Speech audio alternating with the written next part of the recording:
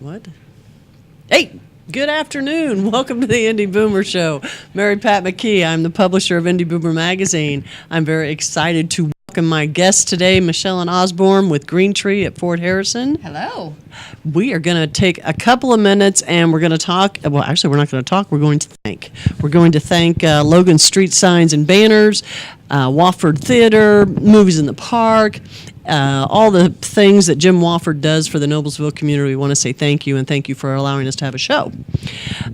Today, well, one thing we want to talk about, too, is the July issue. Can you see those good-looking men on there? Those are the Wright brothers. That is the July issue of Indie Boomer Magazine.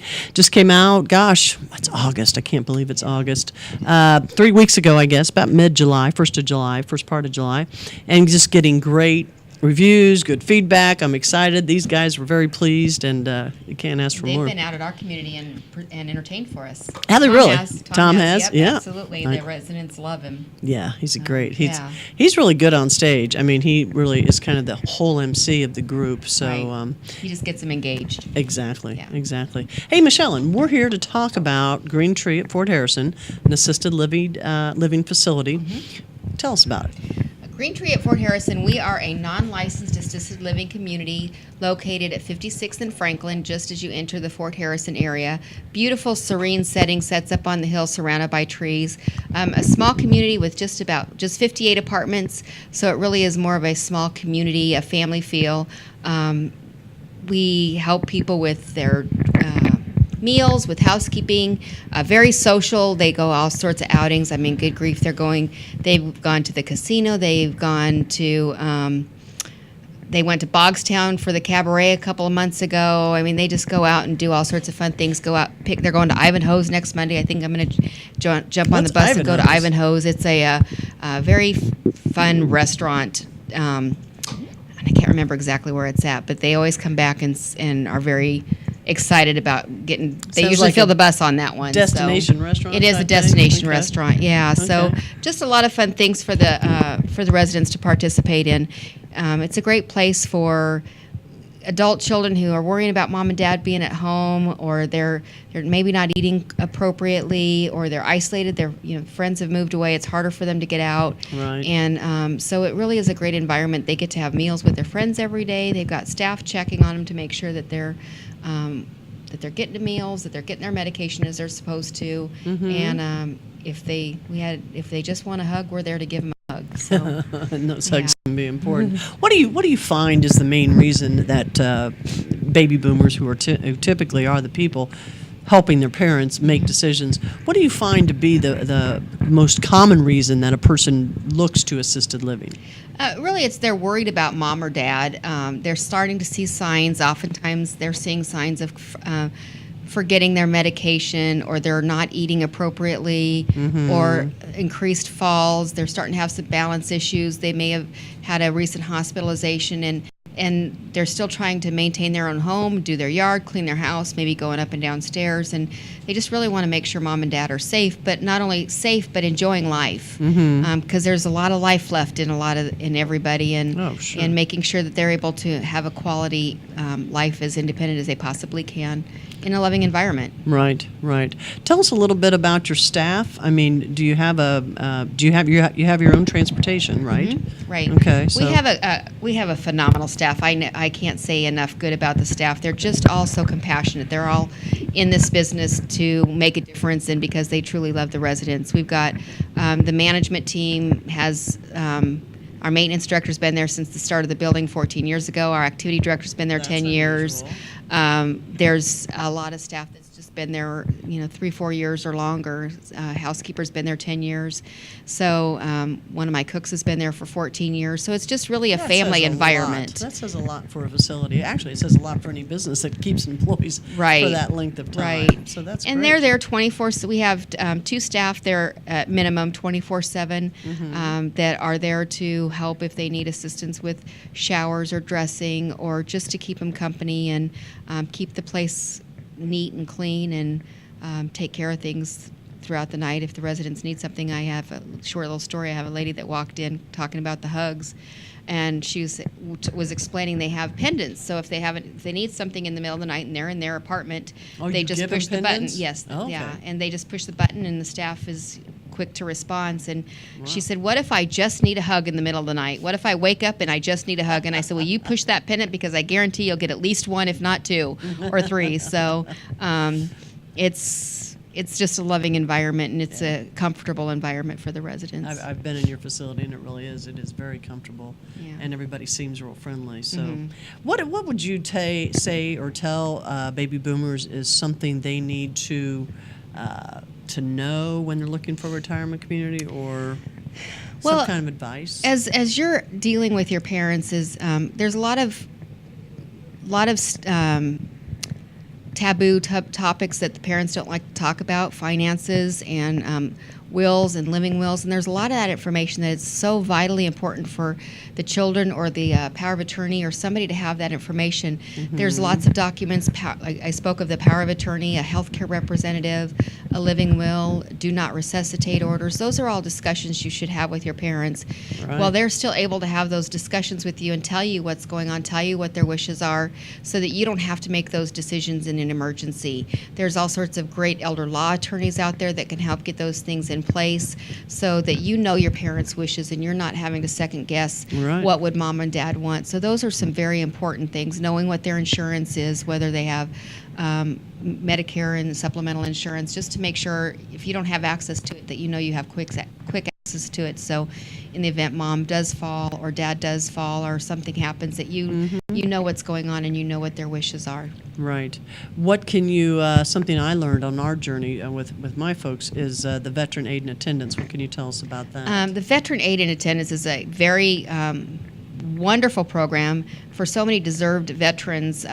Really, it's for individuals who served during conflict, whether it's World War II, Korea, Vietnam. They had to have served during conflict, but there are benefits available if they need assistance with some of their activities of daily living, bathing, grooming, dressing, memory care issues. That there's benefits available for the veteran, for the surviving spouse, for both veterans, and there's tiered levels on it, financial resources for them as well. But you do, for those type of things, it's a government program, so there's applications, and you need to make sure that you've got everything in place. Again, going back to the importance of having a good lawyer that knows, that works with elders, that knows all those benefits. And that VA in attendance, the lawyers have to do pro bono. They do. They can charge to represent you, but to do the actual application, they cannot charge you to do the application. And there's some great companies. We work with one called Veterans Financial, who helps. They aren't the lawyers, but they will look over your application and make sure that everything's completed appropriately, so that you can submit it with as least amount of problems as you possibly can. Yeah, and you really need an expert. Right, So, right. hey, you know what? We're going to take a short little break, and then we're going to come back and we'll talk some more. Sounds good. All right, thank you.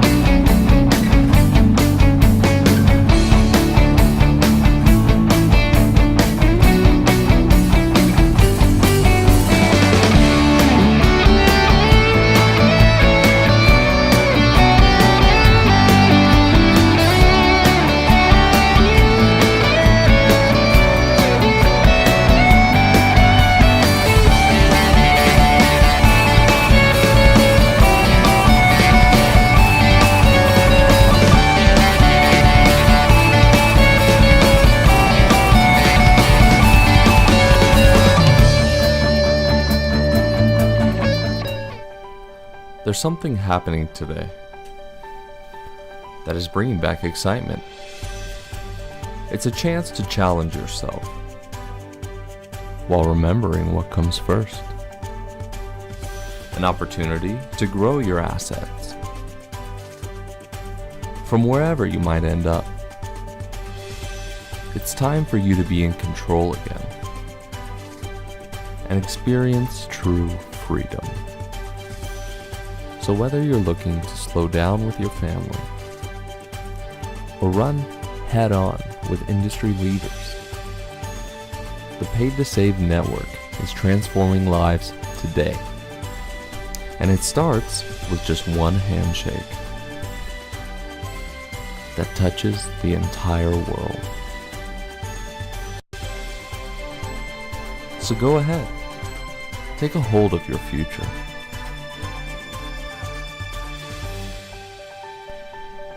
And overcome the obstacle of defeat.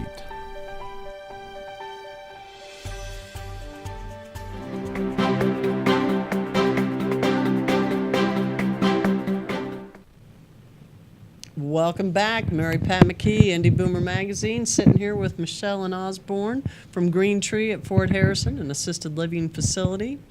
And we've just been talking it up. We have. Talking about We have. things baby boomers might be interested to know if their parents have to move into a facility and that type of Right. thing. Just to kind of go along with that, you know, in the magazine, as I know you know, but I'll state it again, we do 8 topics basically that we cover, and one of those topics is role reversal. Can you talk to that, to role reversal? Yeah, absolutely. It's something we see so often with the boomers as their parents are aging and they're starting to worry about them, and they're the ones taking them to doctor's appointments, and they're the ones doing things around the house, that their parents did for them when they were younger. And then as the parents are declining, it's oftentimes a very emotional state for both of them, because the adult child, the boomer, is seeing their parent who they've always looked up to and been the strength of the family starting to decline, and that's hard to face. Yep. And then you see the parents who they still want to be the patriarch or the matriarch of the family, and they don't want to give up that independence. And so you start seeing the role reversal in the child being more of the parent than the parent being more of the child, and it can be very challenging emotionally. And then there's also times where it can be really change the dynamic of the relationship. And going into a community or having an outside caregiver, we oftentimes see when the adult children, the boomers that we talked about earlier, come to our community, when they start looking for something, it's because they're frustrated. They don't know what to do to help. Right. And their parents are getting frustrated, and they don't like the relationship that they're having with their parents because they're having to make those decisions. And going into a community where they allow our staff to be the caregiver, they then can turn around and become the mom and dad's advocate, and they can be their child again. Mm-hmm. They can be there to support mom and dad and not be the caregiver and not be in that parental role. Right. So it does really can change the dynamic of the relationship back to more of a parent-child loving relationship that they're used to, what they've grown to know.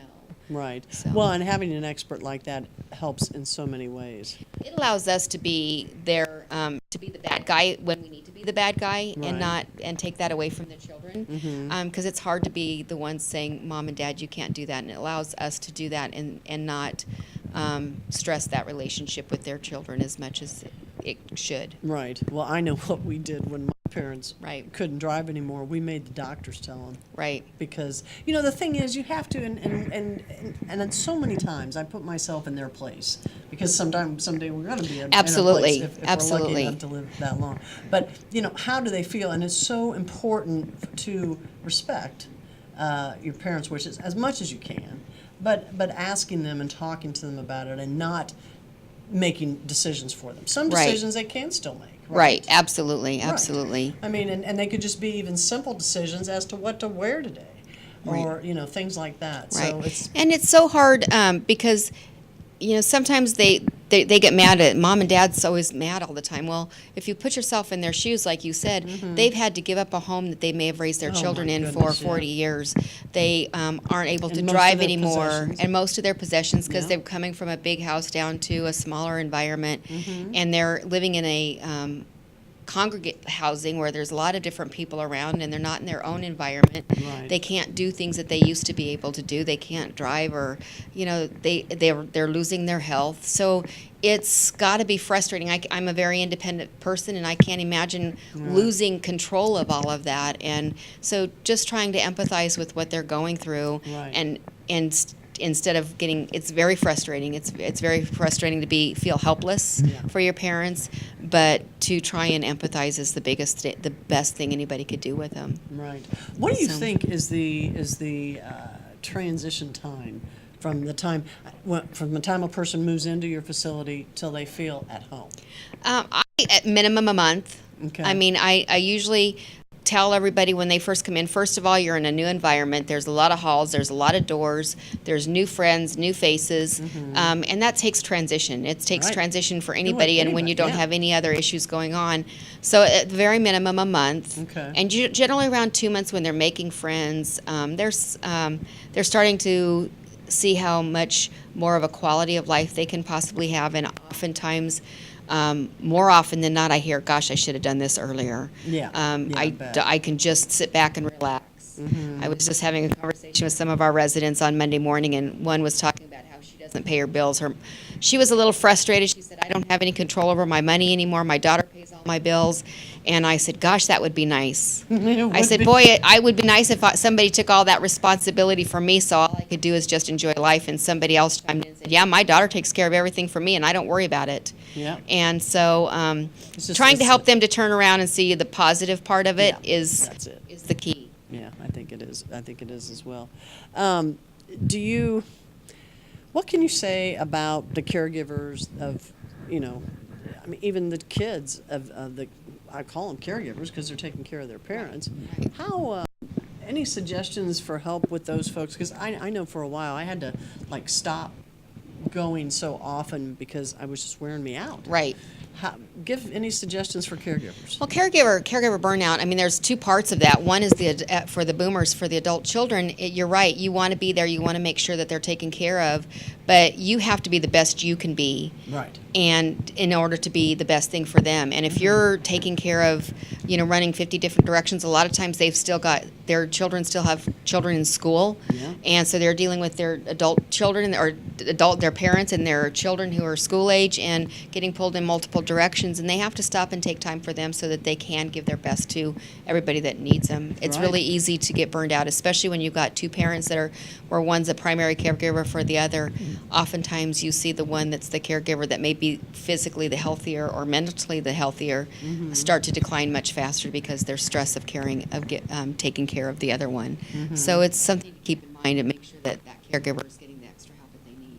Well, and that kind of is an excellent segue into the fact I wanted to mention we do a page every issue and have the last couple for Caregivers Crossing, which is really Joy's house. And Joy's house has been around 14 years, I think. It's been a while. Yeah. Great place. It is a great place. And, any caregivers that are out there that are feeling that burnout, that might be a really good place to check out. Check it out in the Boomer. It's Caregiver Crossing. Tina McIntosh started that agency 14 years ago. And if you need any help, they've got all kinds of help. They do. Put They do booklets a together.